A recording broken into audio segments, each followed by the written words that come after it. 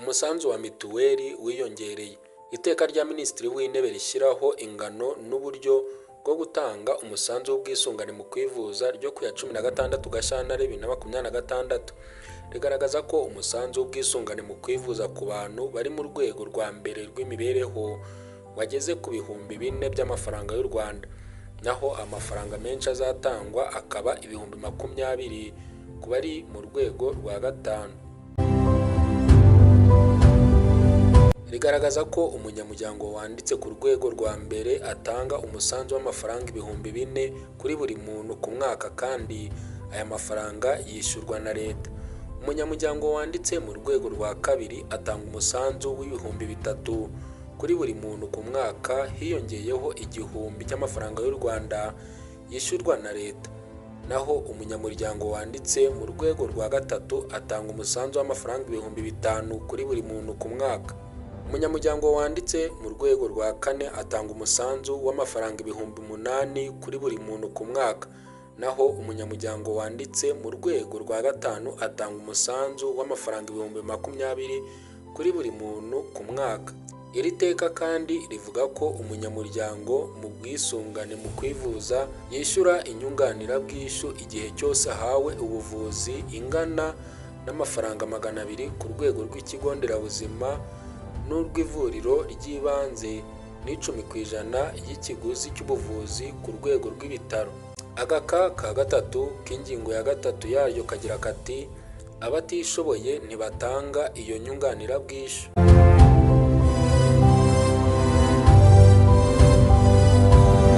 Ikindi kandi ibigo bitanga serivisi za banki byinjiye mu bitanga inkunga mu bwisungane mu kwivuza.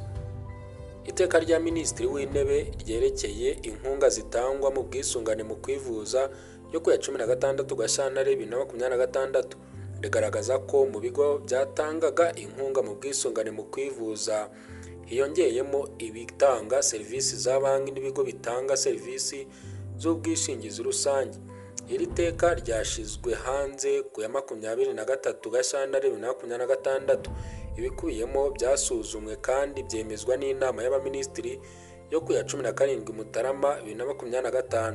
Rigaragaza ko abatanga inkunga mu bwisungane mu kwivuza ari leta, abakozi bo mu nzego za leta n'abo mu rwego rw'abikorera, ibigo bitanga serivisi z'ubwishingizi bwo kwivuza, amasosiyeti y'itumanaho, amasosiyeti acuruza lisansi na mazutu, ibigo bitanga serivisi z'ubwishingizi rusange n'ibigo bitanga serivisi za banki.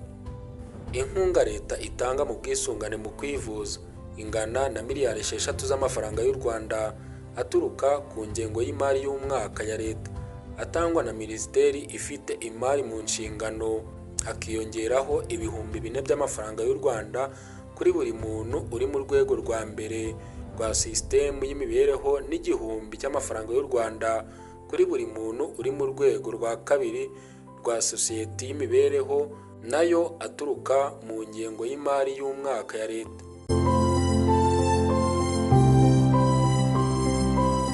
Mu yandi mafaranga atangwa na leta harimo 50% by'amafaranga yishyurwa ku iyandikwa ry'imiti, ibikoresho byo mu buvuzi n'ibiribwa, atangwa n'urwego rwa leta rushinzwe kugenzura ibiribwa n'imiti mu Rwanda, na 50% by'amafaranga yishyurwa ku isuzuma ry'ubushakashatsi yakirwa na komite y'igihugu ishinzwe kureba niba uburenganzira bw'abantu bakorerwaho ubushakashatsi bwubahirizwa, atangwa na Minisiteri ifite ubuzima mu nshingano.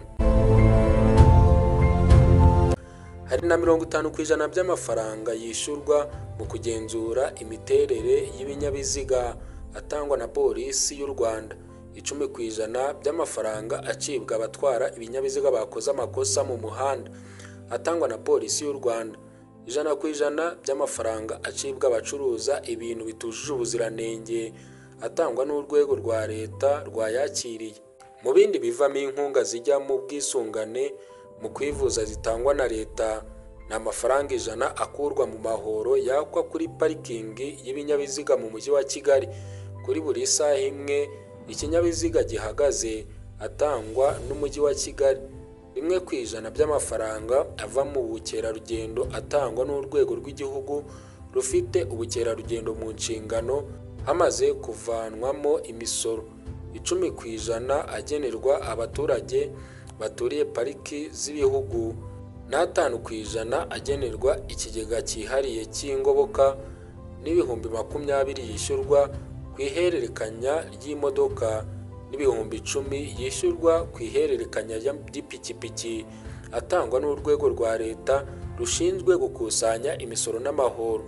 Ingingo ya 3 ivuga ko inkunga itangwa n'umukozi w'urwego rwa leta n'urwego rw'abikorera ingana na 0.5% by'umushahara umukozi atahana.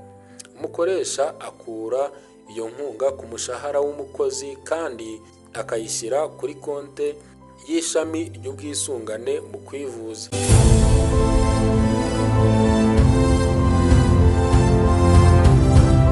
Imenyekanisha n'itangwa ry'inkunga y'umukozi bikorwa buri kwezi.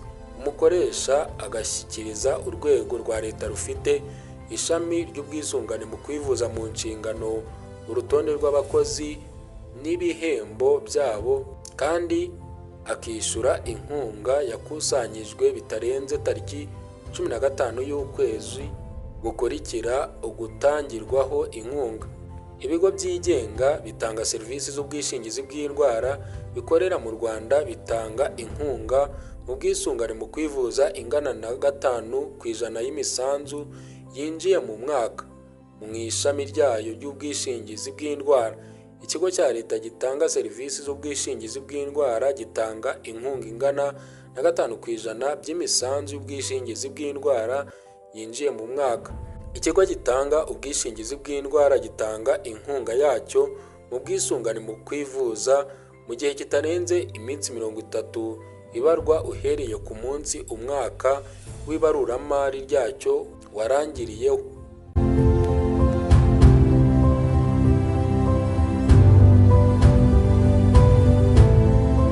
Ni mu gihe sosiyete y'itumanaho itanga inkunga y'ubwisungane mu kwivuza ingana na 3% by'agaciro k'ibyacurujwe ku mwaka n'iyo sosiyete. Abatanga serivisi z'ubwishingizi rusange batanga inkunga y'ubwisungane mu kwivuza ingana na 5% by'inyungu y'umwaka mbere yo gutanga umusoro. Ingingo ya 10 ivuga ko ikigo gitanga serivisi za banki gitanga mu bwisungane mu kwivuza inkunga ingana na 2% y'inyungu y'umwaka mbere yo gutanga umusoro. Iki kigo gishyira iyo nkunga kuri konte y'ishami y'ubwisungane mu kwivuza mu gihe kitarenze iminsi 30 ibarwa ihereye ku munsi umwaka w'ibaruramari ryacyo warangiriyeho. Iyo igenzura rigaragaje ko urwego bireba rwatanze inkunga mu bwisungane mu kwivuza nke ugereranyije n'iyagombaga gutangwa, urwo rwego rwagenzuwe rwishyura inkunga rutatanze. Umuyobozi w'urwego rwa leta rufite ishami ry'ubwisungane mu kwivuza mu nshingano aca urwo rwego rwagenzuwe ihazabu yo mu rwego rw'ubutegetsi ingana na 200% by'inkunga itaratanzwe.